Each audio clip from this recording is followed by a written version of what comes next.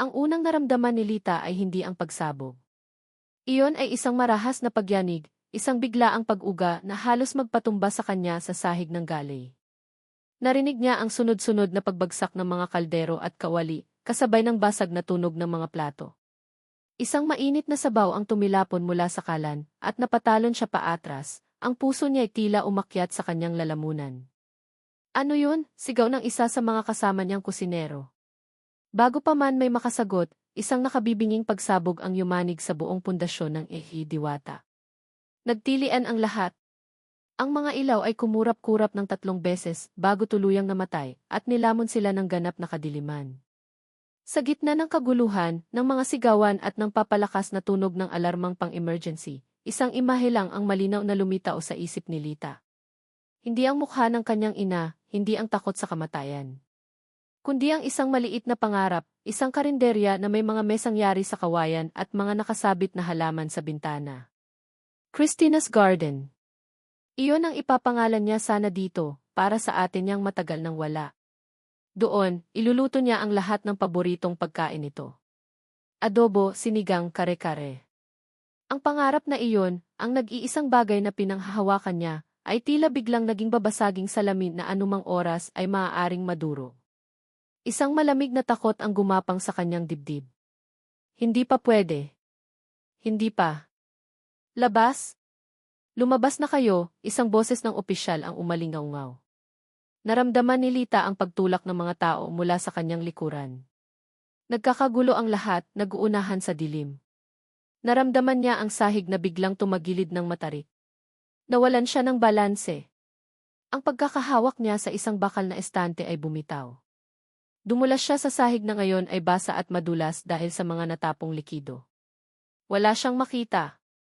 Tanging mga anino ng mga taong nagpapanakbuhan sa gitna ng nakakabahalang pulang ilaw ng emergency alarm.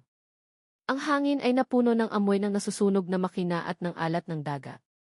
Ang marangyang duyan ng Ehi Diwata ay naging isang gumuguhong libingan. Sinubukan niyang tumayo, ngunit isa pang malakas na pag-uga ang nagpatumba sa kanya. May tumama sa kanyang ulo. Saglit siyang nahilo. Ang mga sigawan sa paligid niya ay tila humina, naging isang ugong na lamang. Ate, mahinang usal niya, ang alaala ni Christina ang huli niyang kanlungan. Isang malakas na puwersa ang bumuwal sa dingding na malapit sa kanya. Ang dagat. Ang itim at malamig na tubig ng karagatan ay marahas na pumasok, sinasakop ang lahat sa dinaraanan nito. Walang awa siyang tinanggay ng alon, hinila palabas mula sa nagkakagulong impyerno ng gali, patungo sa mas malawak at mas nakakatakot na kadiliman ng gabi. Ang pagbagsak niya sa tubig ay isang ganap na pagkabigla. Naramdaman niya ang milyon-milyong karayom ng lamig na tumusok sa bawat pulgada ng kanyang balat. Ang bigat ng kanyang damit at apron ay tila mga posas na humihila sa kanya pababa. Ibinuka niya ang kanyang bibig para sumigaw, ngunit tubig lang ang pumasok. Sinunog nito ang kanyang lalamunan at baga. Nagpumiglas siya, iwinasiwas ang kanyang mga kamay at paa sa desperasyon. Kailangan niyang makaahon. Kailangan niyang huminga. Ang pangarap ng Ehi Christina's Garden ay muling sumagi sa kanyang isip, nagbigay sa kanya ng panibagong lakas. Itinulak niya ang kanyang sarili pataas, gamit ang lahat ng natitirang enerhiya. Nang sa wakas ay sumambulat ang kanyang ulo sa ibabaw ng tubig, huminga siya ng malalim at napuno ng hangin ang kanyang baga, kasabay ng pag-ubo ng maalat na tubig. Tumingala siya. Ang langit ay isang blangkong itim na kumot na walang bituin. Ang buwan ay natatakpan ng makakapal na ulap. Sa di kalayuan, ang Ehi Diwata ay isang nagliliyab na higante, dahan-dahang lumulubog sa kanyang huling hantungan. Ang mga sigaw ng mga tao ay maririnig pa rin, mga desperadong panawagan na unti-unting nilalamon ng ingay ng alon. Napaiyak si Lita. Hindi dahil sa awa sa sarili, kundi dahil sa ganap na kawalan ng pag-asa. Nag-iisa siya sa gitna ng walang katapusang karagatan. Lumangway siya palayo sa lumulubog na barko, takot na baka hilahin siya nito pababa. Ang bawat pagkampay ay isang pakikibaka. Ang lamig ay nagsimula ng manhidin ang kanyang mga kalamnan. Ang pagod ay unti-unti nang gumagapang sa kanyang buong katawan. Tulong, ihalos pabulong na niyang sabi, alam na walang sinumang makakarinig. Nang malapit na siyang sumuko, may natanaw siyang isang maliit na bagay na lumulutang-lutang may ilang metro ang layo mula sa kanya. Isang life vest.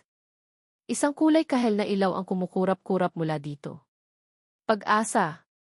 Ginamit niya ang huling lakas na natitira sa kanya para languyin iyon. Habang lumalapit, napansin niyang may tao palang nakasuot nito. Isang lalaki. Nakakapit ito sa isang malaking piraso ng kahoy na marahil ay bahagi ng nabasag na kubyerta ng barko. "Sir," sigaw ni Lita, ang boses niya'y paos. "Sir, tulong!" Hindi lumingon ang lalaki. Tila wala itong malay o masyadong nanghihina para gumalaw.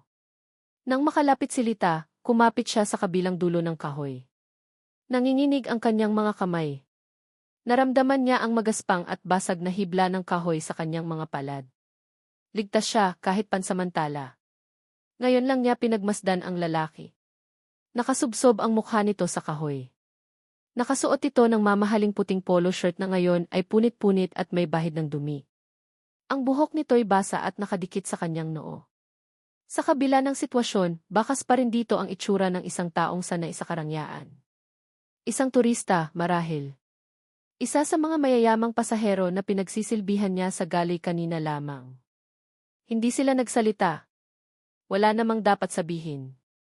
Ang tanging maririnig ay ang hampas ng alon, ang sarili nilang paghinga, at ang unti-unting pagtahimik ng paligid habang tuluyang nilalamon ng dagat ang mga huling labi ng diwata. Lumipas ang mga oras na parang mga taon. Ang lamig ay kumakain sa kanilang lakas. Pinanatili ni Lita ang kanyang sarili na gising sa pamamagitan ng pag-iisip sa kanyang pangarap, sa kanyang ina na naghihintay sa Quezon. Paulit-ulit niyang sinasabi sa sarili na kailangan niyang mabuhay. Ang kadiliman ng gabi ay dahan-dahang nagbigay daan sa isang maputlang kulay abo na liwanag sa silangan. Sumisikat na ang araw. Sa gitna ng pagod at panlalamig, pinilit ni Lita na itaas ang kanyang ulo. At doon, sa di kalayuan, may natanaw siya. Isang anino. Isang maitim na hugis laban sa nagbabagong kulay ng kalangitan. Isang isla. Isang munting kislap ng pag-asa ang sumilay sa kanyang puso. May lupa, bulong niya. May isla. Sinubukan niyang tapikin ang lalaking kasama niya. "Sir, gising. May isla, di." Ngunit hindi gumalaw ang lalaki. Itinagilid ni Lita ang kanyang ulo para tingnan ito ng mas maigi. Doon niya nakita. Isang malalim na sugat sa gilid ng noo nito, malapit sa kanyang sentido. May bahid ng tuyong dugo sa paligid nito. Ang lalaki ay walang malay, ang bigat ng katawan nito ay nakasandal na lamang sa kahoy. Ang pag-asa ni Lita ay biglang nabahira ng panibagong pangamba. Maililigtas nga sila ng islang iyon, pero paano niya dadalhin doon ang isang lalaking hindi gumagalaw, na maaaring mas malubha pa ang kalagayan kaysa sa inaakala niya? Isang matinding kirot sa kanyang ulo ang unang gumising kay Marco. Sinundan iyon ng magaspang na pakiramdam ng buhangin sa kanyang pisngi at ng nakakapasong sikat ng araw sa kanyang likod. Dahan-dahan niyang iminulat ang kanyang mga mata. Sumalubong sa kanya ang nakakasilaw na liwanag at ang paulit-ulit na ugong ng alon. Umupo siya at isang alon ng pagkahilo ang dumaan sa kanya. Napahawak siya sa kanyang ulo. Doon niya naramdaman ang tuyong dugo at ang maga sa gilid ng kanyang noo. Sa isang iglap, bumalik ang lahat. Ang pagsabog. Ang sigawan. Ang paglubog ng marangyang diwata. Ang malamig at madilim na tubig. Pagkatapos nyon, blanko na ang lahat. "Nasaan ako?" tanong niya sa hangin. Iginala niya ang kanyang paningin. Nasa isang dalampasigan siya na napapalibutan ng mga batuhan sa isang dulo at isang makapal at tila hindi napapasok na gubat sa kabilang dulo. Walang bakas ng sibilisasyon. Walang mga building, walang mga bangka, walang tao, maliban sa isang babae na nakatalikod sa kanya, abala sa pagkaayos ng dalawang tuyong kahoy. Ang kanyang unang reaksyon ay angkapain ang kanyang bulsa. Ang kanyang cellphone. Kinuha niya ito, basag ang screen at syempre, patay na. Walang signal. Ibinato niya ito sa buhangin sa sobrang inis. Paano siya tatawag ng tulong? Ang kanyang ama, si Don Ricardo Imperial, ay siguradong nagpapanik na. Magpapadala iyon ng helicopters, ng Coast Guard, ng buong puwersa ng Pilipinas kung kinakailangan. Kailangan lang nilang malaman kung nasaan siya. Tumayo si Marco, pinagpagan ang buhangin sa kanyang mamahaling pantalon na ngayon ay may punit sa tuhod. Lumakad siya palapit sa babae. Ngayon niya lang ito napansin ng maigi. Nakasuot ito ng uniforme ng kusinera, marumi at gusot. Mukhang isa sa mga staff ng barko. Hoy, utos niya, ang boses ay may bahid pa rin ng otoridad na kinasanayan niya. Maghanap ka ng tubig. Yung malinis. Nauuhaw ako. Hindi lumingon ang babae. Nagpatuloy lang ito sa ginagawa, ang buong atensyon ay nakatuon sa paglikha ng kiskisan para gumawa ng apoy. Nainis si Marco sa pagbaliwala nito sa kanya. Hindi mo ba ako narinig? Sabi ko, kumuha ka ng tubig. Doon lang ito huminto.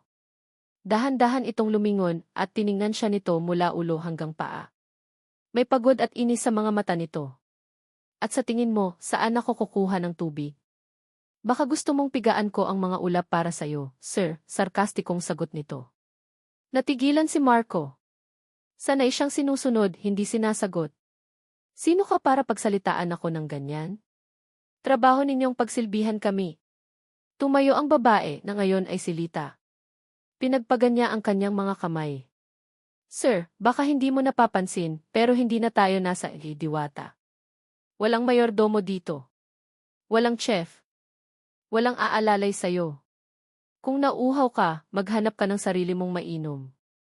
Ako, abala ako sa paggawa ng apoy para hindi tayo kainin ng lamig mamayang gabi. Parang binuhusan ng malamig na tubig si Marco. Ang yabang niya ay biglang napalitan ng pag-aalala. Tama ang babae. Hindi ito ang kanyang opisina sa Makati o ang kanilang mansyon sa Forbes Park. Ito ay isang islang walang pangalan, at ang babaeng ito na minamaliit niya ay mas may alam kung paano mabuhay kaysa sa kanya. Anong silbi ng apoy kung mamamatay naman tayo sa uhaw? Pabalang pa ring sagot ni Marco, ayaw magpatalo. Napailing na lang si Lita. Mas maraming pwedeng pumatay sa atin sa gubat kapag madilim na. Unahin natin ang apoy. Hindi na nakipagtalo pa si Marco. Tinalikuran niya si Lita, puno ng galit at kahihiyan. Siya. Si Marco Imperial magpapatulong sa isang kusinera. Hindi maaari. Ipakikita niya dito. Nagsimula siyang maglakad patungo sa gubat. Maghahanap ako ng tulong. Siguradong may nayon dito sa kabila. Huwag kang pumasok dyan, sigaw ni Lita. Hindi mo alam kung anong nasa loob niyan. Pero hindi siya nakinig. Ipinagpatuloy niya ang paglalakad, ang kanyang mga mamahaling leather shoes ay lumulubog sa buhangin at putik. Pagpasok niya sa lilim ng mga puno, agad niyang naramdaman ang kakaibang kapaligiran. Ang hangin ay maalinsangan. Ang mga tunog ng mga ibon at insekto ay lumikha ng isang nakakabahalang musika. Naglakad siya ng naglakad, walang direksyon, tinatawag ang pangalan ng kahit sino. Hello? May tao ba dyan? Walang sumasagot kundi ang alinggaw ng sarili niyang boses. Ang mga sanga ay kumakaskas sa kanyang braso. May mga tinik na kumakapit sa kanyang damit. 10 minuto pa lang ang nakalilipas pero pakiramdam niya ay paikot-ikot na lang siya. Tumingin siya sa likod. Hindi na niya makita ang dalampasigan. Pare-pareho ang itsura ng mga puno. Doon siya sinimulang kabahan. Isang tunay na kaba na hindi pa niya naramdaman noon. Ang kaba ng pagiging nag-iisa at nawawala. Napasandal siya sa isang puno, hingal na hingal.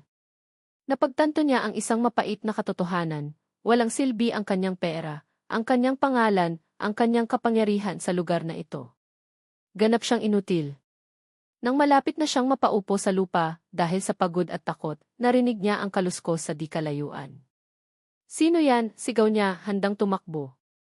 Mula sa likod ng malalaking dahon ay lumabas si Lita. Kalmado ang mukha nito, walang bakas ng pagod.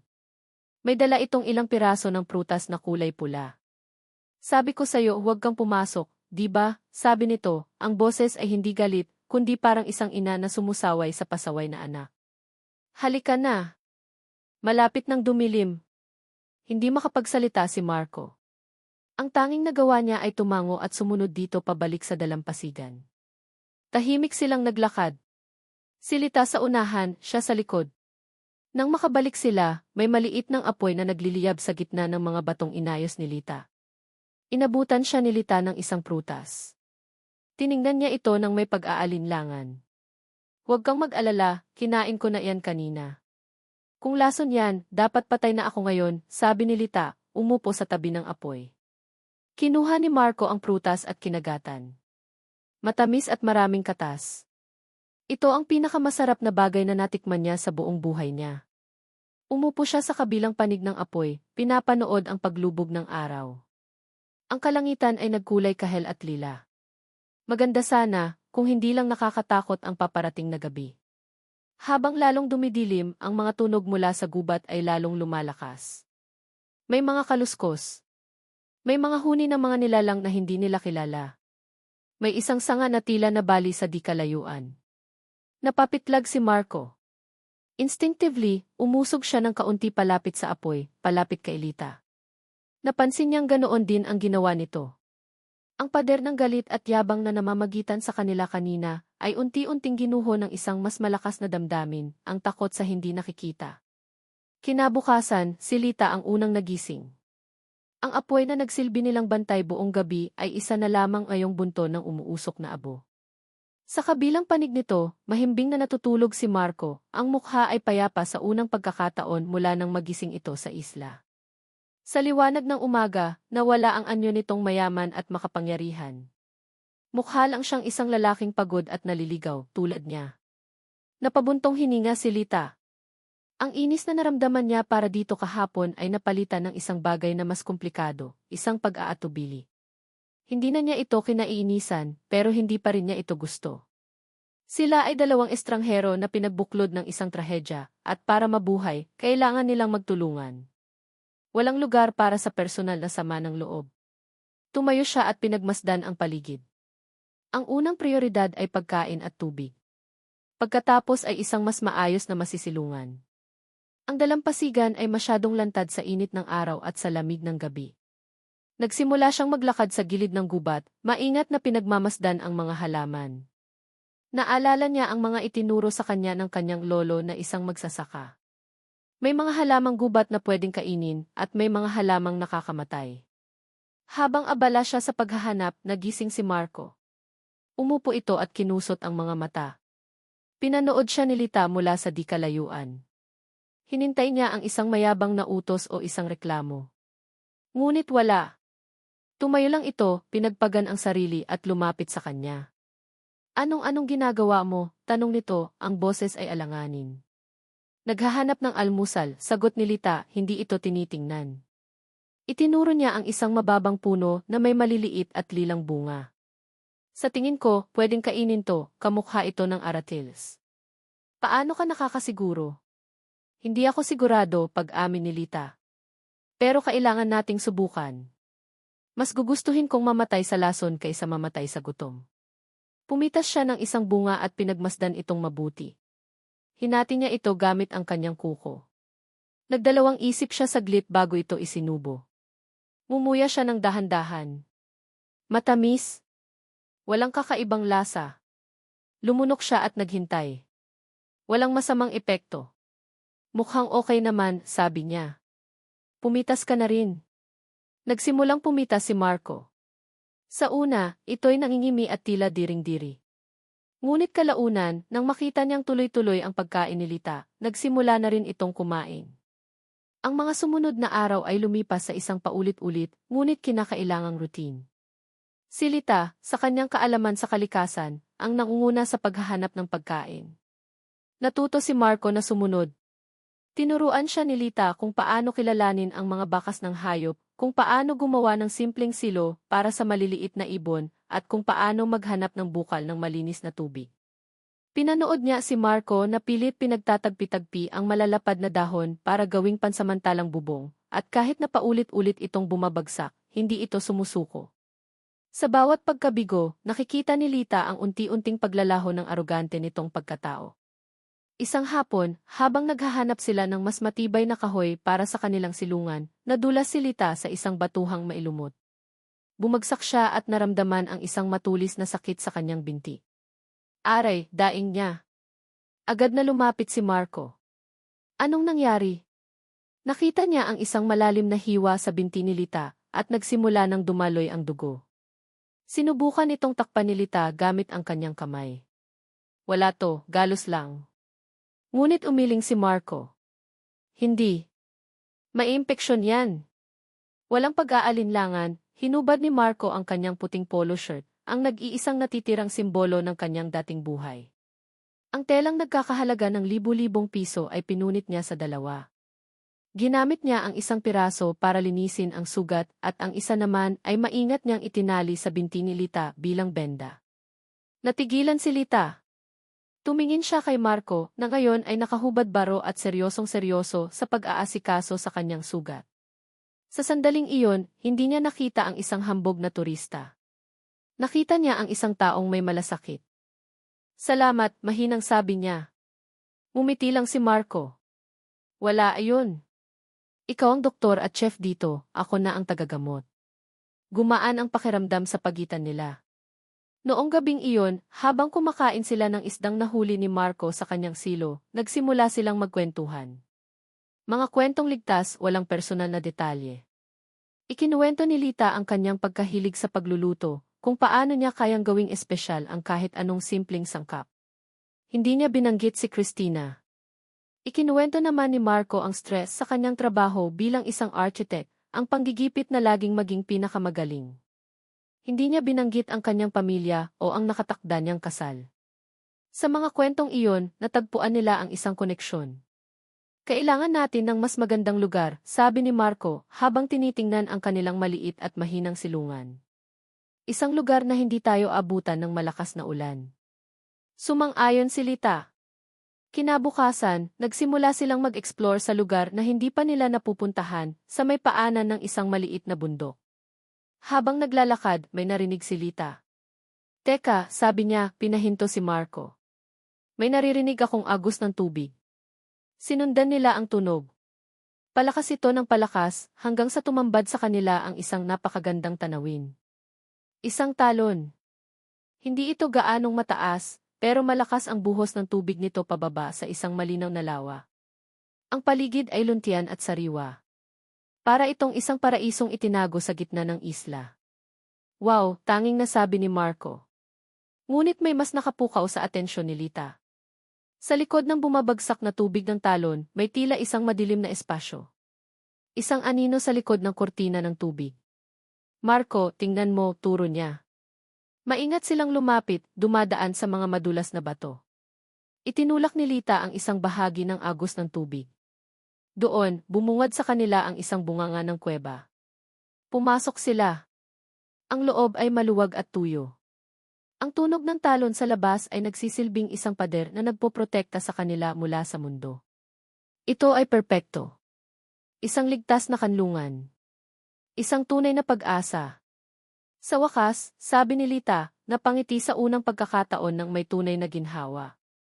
Kumuha si Marco ng isang tuyong sanga at sinindihan ang dulo nito gamit ang dala nilang baga mula sa kanilang lumang apoy.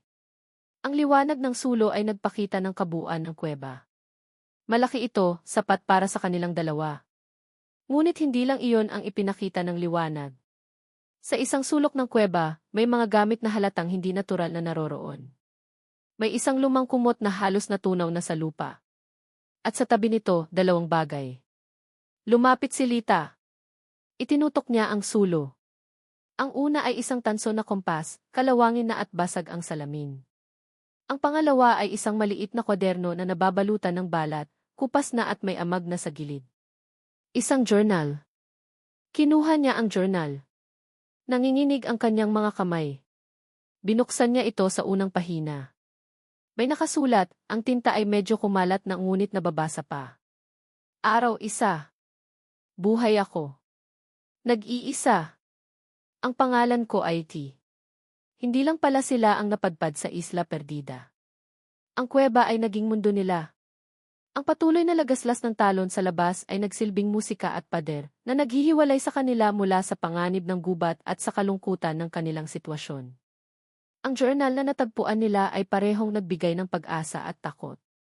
May mga pahinang naglalarawan sa hirap at pag-iisa ng naunang napadpad doon, ngunit ang huling mga sulat ay blanko. Hindi nila alam kung nakaligtas ba ito o hindi. Isinantabi nila ang kwaderno, isang paalala ng kanilang posibleng kahahantungan. Para kay Marco, ang kuweba ay naging isang proyekto. Ang arkitekto sa loob niya, na sanay magdisenyo ng mga nagtataasang gusali sa syudad, ay natagpuan ang sarili sa pagdidisenyo ng isang tahanan mula sa wala. Ginamit niya ang mga matitibay na baging para gumawa ng parang duyan na nakasabit sa pagitan ng dalawang pader ng bato.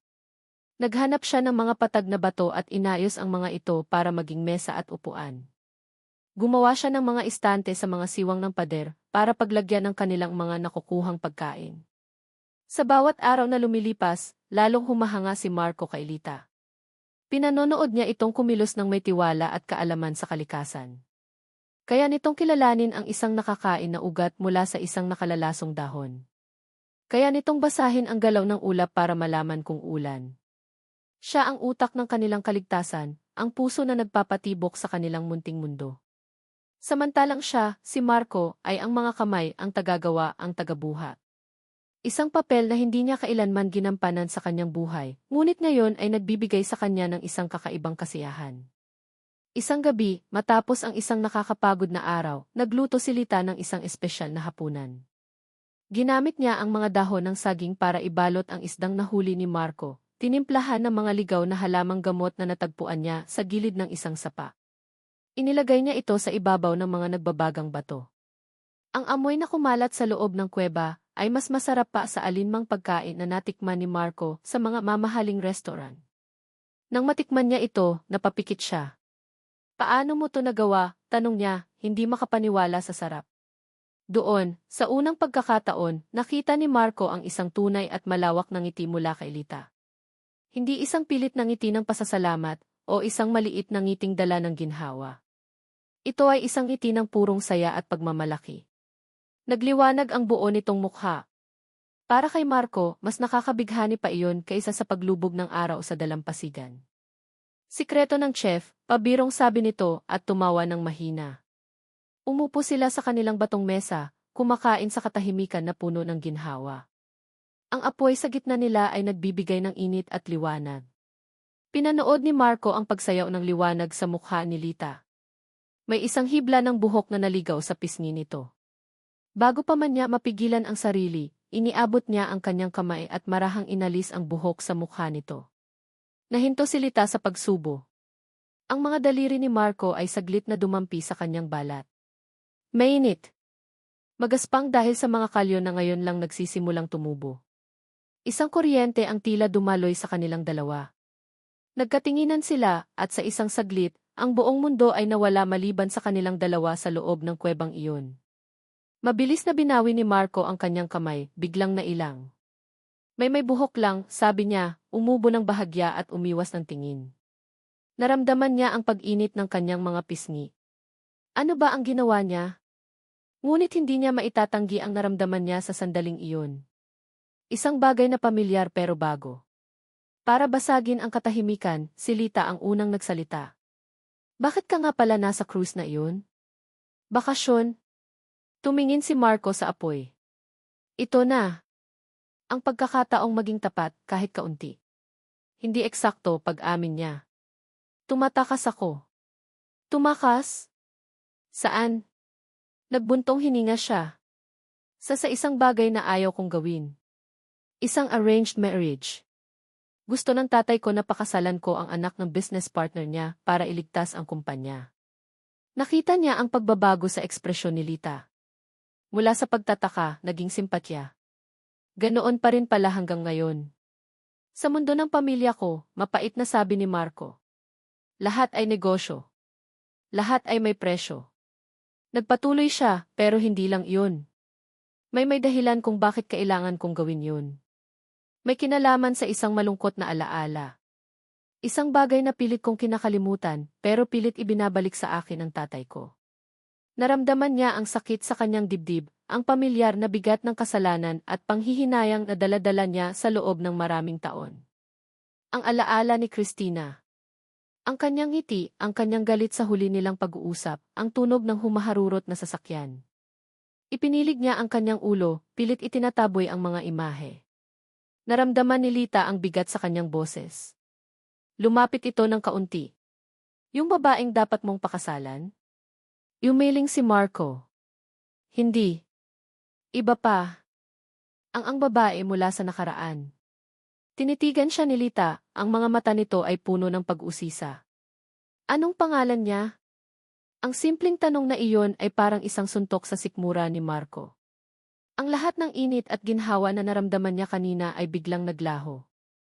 Isang pader ng yelo ang muling bumalot sa kanyang puso. Hindi niya kayang sabihin ang pangalan nito. Ang pagsambit sa pangalan ni Christina ay gagawing totoo ang lahat ng sakit na pilit niyang ibinabaon. Umiling siya, hindi makatingin kay Lita. Ang boses niya ay naging malamig at malayo. Wala na iyon. Matagal na iyon. Ibinaba niya ang kanyang kinakain at tumayo, nagkunwaring inaayos ang mga kahoy sa apoy. Isang malinaw na senyales na tapos na ang usapan. Naiwan si Lita na nakaupo, hawak pa rin ang kanyang pagkain. Ang tanong niya ay nakasabit sa hangin, isang maliit na binhi ng pagtataka na katatanim pa lang sa tahimik na hardin ng kanilang nagsisimulang pagtitiwala. Ang mga araw kasunod ng gabing iyon ay may dalang kakaibang bigat. Patuloy ang kanilang routine, ang paghahanap ng pagkain, ang pag-igib ng tubig, ang pagpapanatili ng apoy, ngunit may isang pader na hindi nakikita na muling itinayo sa pagitan nila. Si Marco, na nagsimula ng maging bukas, ay muling naging tahimik at malayo. At si Lita, na nasanay na sa kanilang lumalagong pagkakaibigan, ay naramdaman ang pagbabalik ng pag-iisa, kahit pa magkasama sila sa iisang kuweba. Alam niyang ang dahilan ay ang tanong niya. Ang tanong tungkol sa babae sa nakaraan ni Marco. Isang pinto na sinubukan niyang buksan, ngunit mabilis ding isinara at nilagyan ng kandado ng lalaki. Iginagalang niya iyon, ngunit hindi niya maiwasang magtaka. Isang hapon, pagod na pagod sila. Sinubukan nilang magtayo ng isang mas matibay na harang sa bunganga ng kuweba para maprotektahan sila sa hangin, at inabot sila ng maghapon sa pagbubuhat ng mabibigat na bato at kahoy. Ang kanilang mga damit ay basang-basa ng pawis, ang kanilang mga katawan ay puno ng dumi at putik. Napaupo si Lita sa isang bato, hingal na hingal. Hindi ko na yata kaya pang gumalaw, sabi niya, pinupunasan ang pawis sa kanyang noo. Tumayo si Marco sa tabi niya, tinitingnan ang talon na ilang metro lang ang layo. Ang lagaslas nito ay tila isang paanyaya. Kailangan nating magbanlaw, sabi nito.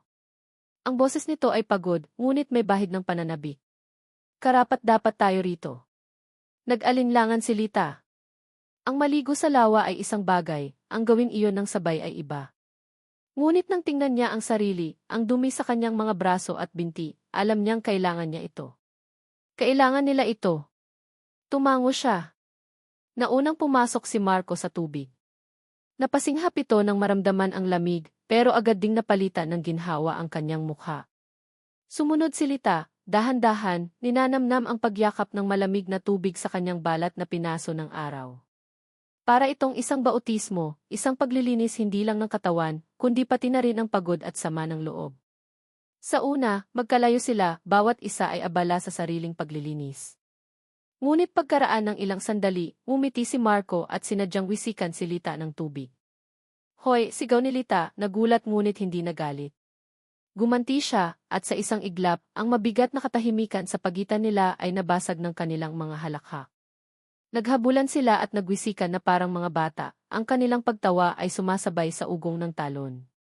Sa mga sandaling iyon, nawala ang isla, nawala ang trahedya. Ang tanging naroon ay sila, isang lalaki at isang babae na nakahanap ng kapiraso ng saya sa gitna ng kawalan ng pag-asa. Nang mapagod, huminto sila sa gitna ng lawa, ang tubig ay hanggang sa kanilang mga dibdib. Hinihingal sila, hindi dahil sa pagod, kundi dahil sa walang tigil na pagtawa. At doon, sa gitna ng katahimikan na pumalit, nagbago ang lahat. Tinitigan ni Marco si Lita. Ang buhok nito ay basa at nakadikit sa kanyang mukha. Ang mga patak ng tubig ay parang mga diamante sa kanyang mga pilik mata. Ang kanyang mga labi ay mamula-mula.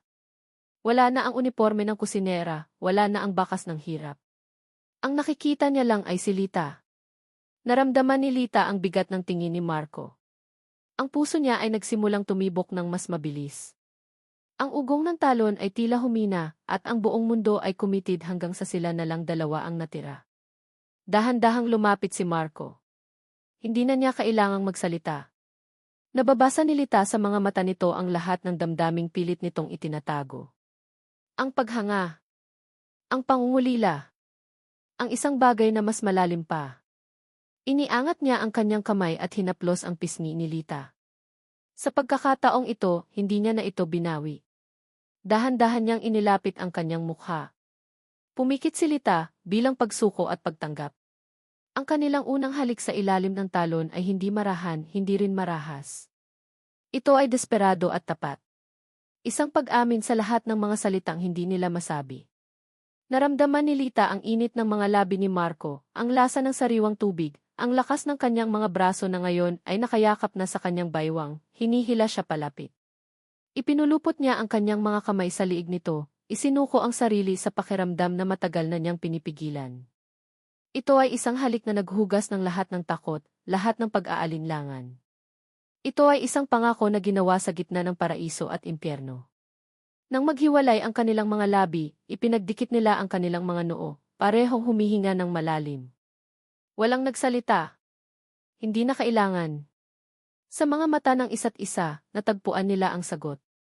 Noong gabing iyon, habang nakahiga si Lita sa kanyang higaang gawa sa dahon, hindi siya makatulog. Ang pakiramdam ng halik ni Marco ay nakatatak pa rin sa kanyang mga labi. Ang mga pagdududa tungkol sa nakaraan nito ay bumalik, ngunit ngayon wala na itong lakas. Sino ka man noon, sabi niya sa kanyang isip, kung ano man ang bigat na dala-dala mo, ang mahalaga sa akin ay ang lalaking kasama ko ngayon. Ang lalaking nagpunit ng kanyang damit para sa akin. Ang lalaking nagpapatawa sa akin. Ang lalaking humalik sa akin na para bang ako ang tanging pag-asa niya sa mundo. Sa sandaling iyon, gumawa siya ng isang desisyon. Isinara niya ang pinto sa nakaraan, sa sarili niyang nakaraan, at sa nakaraan ni Marco. Ang mahalaga ay ang ngayon. Ang mahalaga ay sila. Sa islang ito, bibigyan niya ng pagkakataon ang kanilang pag-ibig na mamukadkad. Kinabukasan, nagising si Lita na may ngiti sa labi. Gumaan ang kanyang pakiramdam. Kinuha niya ang mga marurumi nilang damit para labhan sa may sapa. Habang kinukusot ang punit-punit na polo shirt ni Marco, may naramdaman siyang isang matigas na bagay sa loob ng maliit na bulsa sa dibdib nito. Kinapa niya ito. Isang maliit at patag na bagay na metal. Inilabas niya ito mula sa bulsa. Ito ay isang maliit na medalyon gawa sa tanso na medyo kinakalawang na dahil sa tubig alat. Isang locket. Simple lang ang disenyo nito at halatang luma na. Itinaas niya ito laban sa liwanag, ang kanyang puso ay biglang napuno ng pag-usisa. Ang umaga ay nagsimula sa isang pangako. Habang si Lita ay naglalabas sa sapa, ang ngiti ay hindi maalis sa kanyang mga labi. Ang alaala ng halik sa ilalim ng talon ay tila isang mainit na yakap na nananatili sa kanyang bala.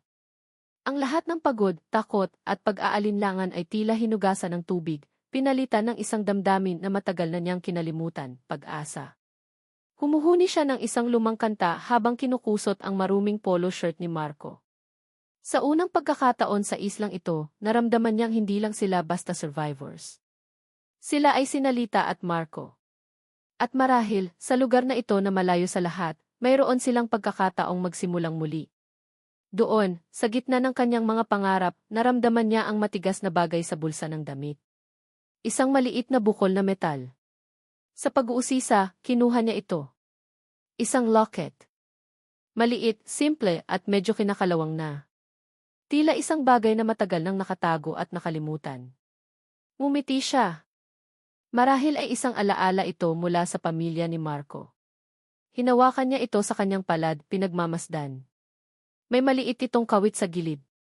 Sinubukan niyang buksan, ngunit medyo mahigpit ito, marahil dahil sa alat ng dagat. Dahan-dahan niyang ginamitan ng kuko, at sa isang mahinang piklik, bumukas ito. Sa loob, may isang maliit at kupasing litrato, protektado ng isang manipis at medyo naninilaw ng plastik. Isang babae. Nakangiti ito sa kamera, ang mga mata nito ay puno ng buhay at saya. Pamilyar ang ngiting iyon. Pamilyar ang hugis ng kanyang mga mata. Saan niya nga ba nakita ang mukhang ito? Napakunot ang noo ni Lita. Tinitigan niya ang litrato ng mas maigi. Ang paraan ng pagkurba ng mga labi nito, ang maliit na nunal sa gilid ng kaliwang kilay. At sa isang iglap, huminto ang paghinga niya. Ang huni sa kanyang mga labi ay namatay. Ang sikat ng araw ay tila biglang lumamig. Hindi. Hindi maaari. Lita, tingnan mo. Ang gwapo ng fiancé ko, no? Ang boses ng kanyang ate ay umalinggaw sa kanyang isipan, malinaw na parang kahapon lang nangyari. Nakaupo sila sa lumang sopa sa kanilang bahay sa Quezon. Ipinakita ni Christina sa kanya ang isang litrato sa cellphone nito. Isang lalaking nakangiti, nakasuot ng suit, nakatayo sa tabi ng isang mamahaling kotse. Marco Imperial ang pangalan niya, sabi ni Christina, ang mga mata ay nagniningning. Isang sikat na architect. Mabait siya, Lita. Sobrang bait. Sa susunod, ipapakilala kita sa kanya. Ngunit hindi dumating ang isusunod na iyon. Ang tanging nakita ni Lita kay Marco Imperial ay ang litrato sa cellphone at ang pangalan sa mga imbitasyon sa kasal na hindi na naipamigay. Ang larawan sa medalyon at ang larawan sa kanyang alaala ay iisa. Ang babaeng nakangiti sa kanya mula sa kupasing litrato ay ang kanyang ate. Ang kanyang ate Christina. Nabitawan ni Lita ang locket. Bumagsak ito sa bato na may kasamang mahinang kalansing. Ang tunog na iyon ay tila isang martilyo na dumurog sa kanyang mundo. Umikot ang kanyang paningin. Ang lagaslas ng tubig sa sapa ay naging isang nakabibinging ingay. Ma, nasaan siya? Bakit wala siya dito? Ang alaala ay nagbago. Hindi na ito ang masayang sala, kundi ang malamig at puting pasilyo ng ospital. Ang amoy ng antiseptic. Ang walang tigil na hikbi ng kanyang ina. Ang galit sa mukha ng kanyang ama. Wala, Lita. Hindi siya nagpakita. Ni tumawag, wala. Mula nang mangyari ang aksidente, ni anino niya hindi natin nakita, sabi ng kanyang ama, ang boses ay basag sa galit at pighati. Kahit sa burol, wala siya.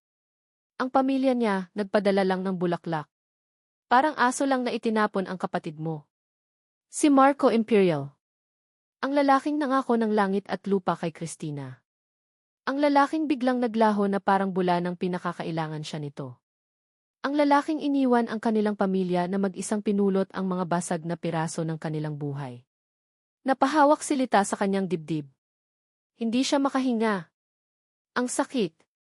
Isang luma at pamilyar na sakit na akala niya ay naghilom na, ngunit ngayon ay bumubukas na muli, mas malalim at mas masakit kaysa dati. Dahan-dahan niyang pinulot ang locket. Tinitigan niya ulit ang litrato ni Christina. Pagkatapos ay dahan-dahan siyang lumingon, ang paningin niya ay nakatuon sa bunganga ng kuweba kung saan, alam niya, ay mahimbing na natutulog ang lalaking pumatay sa kaluluwa ng kanyang kapatid. Si Marco. Ang lalaking nagtayo ng kanilang tahanan sa islang ito. Ang lalaking nag-alaga sa kanyang sugat. Ang lalaking nagpatawa sa kanya. Ang lalaking humalik sa kanya sa ilalim ng talon kagabi. Ang halik na iyon. Hindi iyon pag-ibig. Isa iyong kasinungalingan. Isang laso na ipinainom sa kanya. Ang bawat tawa, bawat mabait na salita, bawat haplos, lahat ay kasinungalingan. Paano niya nagawang maniwala? Paano niya nagawang mahulog sa bitag ng parehong lalaki na sumira sa kanyang pamilya? Tumayo siya, ang kanyang mga binti ay nanginginig. Naglakad siya pabalik sa kuweba na parang isang multo. Ang pag-asa kanina ay naging abo. Ang pag-ibig ay naging puot. Natagpuan niya si Marco na natutulog pa rin, ang mukha ay payapa. Ang mukha ng isang anghel. Ngunit ang nakikita ngayon ni Lita ay ang mukha ng isang demonyo. Ang demonyong nagsuot ng maskara ng kabaitan para makuha ang kanyang tiwala. Tinitigan niya ito, ang locket ay mahigpit na nakakuyom sa kanyang palad. Ang metal ay bumaon sa kanyang balat, ngunit hindi niya naramdaman ang sakit. Mas matindi ang sakit sa loob ng kanyang puso. Tumulo ang kanyang mga luha. Luha ng pighati para sa kanyang kapatid. Luha ng galit para sa sarili niya, sa kanyang katangahan. At luha ng purong pagkamuhi para sa lalaking nasa harap niya. Hinayaan niyang bumagsak ang mga luha sa sahig ng kuweba. Humakbang siya paatras, palayo sa natutulog na halimaw.